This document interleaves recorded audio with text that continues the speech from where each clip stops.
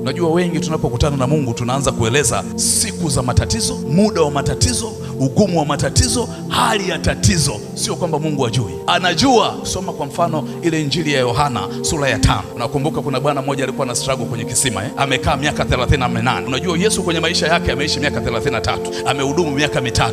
Maana yake yule jamaa tatizo lake lilipitiliza maisha ya Yesu. Na mtu mwingine tena kuna tatizo lilipitiliza maisha ya Yesu, anatajwa kwenye Matendo ya Mitume ile sura ya 3. Yeye yule jamaa alikuwa kiwete tangu kuzaliwa. Alafu sura ya 4 mstari wa 22 Matendo ya Mitume wanasema miaka yake ilikuwa ni 40. Yesu alikuwa na miaka 33. Alafu Yesu wakati anaishi kale kajamaa kapo kalikuja kuponywa na Petro na Yohana majira na nyakati. Kwa nini Yesu hakumponya? Wengine wanauliza mbona Yesu alikuwepo kwa jamaa kamekaa hekaluni tena Yerusalemu, Yesu alikuwa anapita pale Yerusalemu, kwa nini hakumponya majira na nyakati? Unajua kuna watu tunaangalia wenzetu wanapofunguliwa, wanapobarikiwa, unajua sisi wengine mama zetu alishatukataaga, unajua sisi wengine tukiuza mchicha, unajua watu tuone unafanya nini na nini.